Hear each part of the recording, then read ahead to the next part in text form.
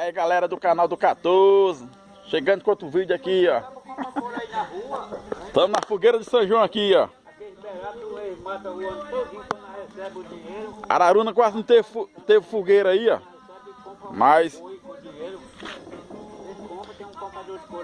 por causa do coronavírus, mas resolvemos fazer uma fogueira aqui, hein? Na casa do vizinho, ó. Eu vou assar um milhinho aqui na fogueira aí, é gostoso demais, hein? Tem um cara patrocinando aqui, só com carne da boa, ó. Pato. Um pato assado. Um pato assado aí, ó.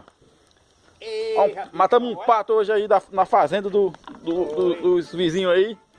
Deu 12 quilos de 12 quilos de pato, hein? É a fazenda dos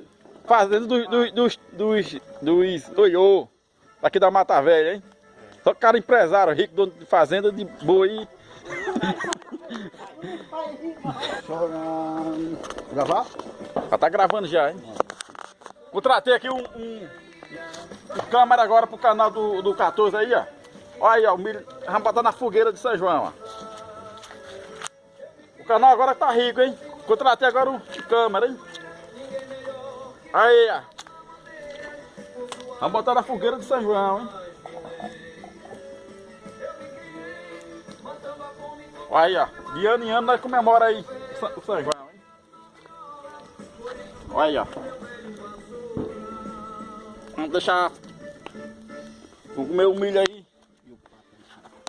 Comer o milho aí. Daí a pouco nós vamos comer o pato, hein? Bora se inscrever no canal, hein? O pato tá quase bom, ó, a fumaceira aí do pato. E o milhinho tá na fogueira de São João, hein? Olha a gente que tá já o milho assando aí, hein? Alô, canal Nossas Coisas. Mas rapaz, esse pato aqui eu tô de olho nele, hein? É da fazenda dos oiô, hein? Bora se inscrever no canal aí, ó. Até o próximo vídeo aí, hein?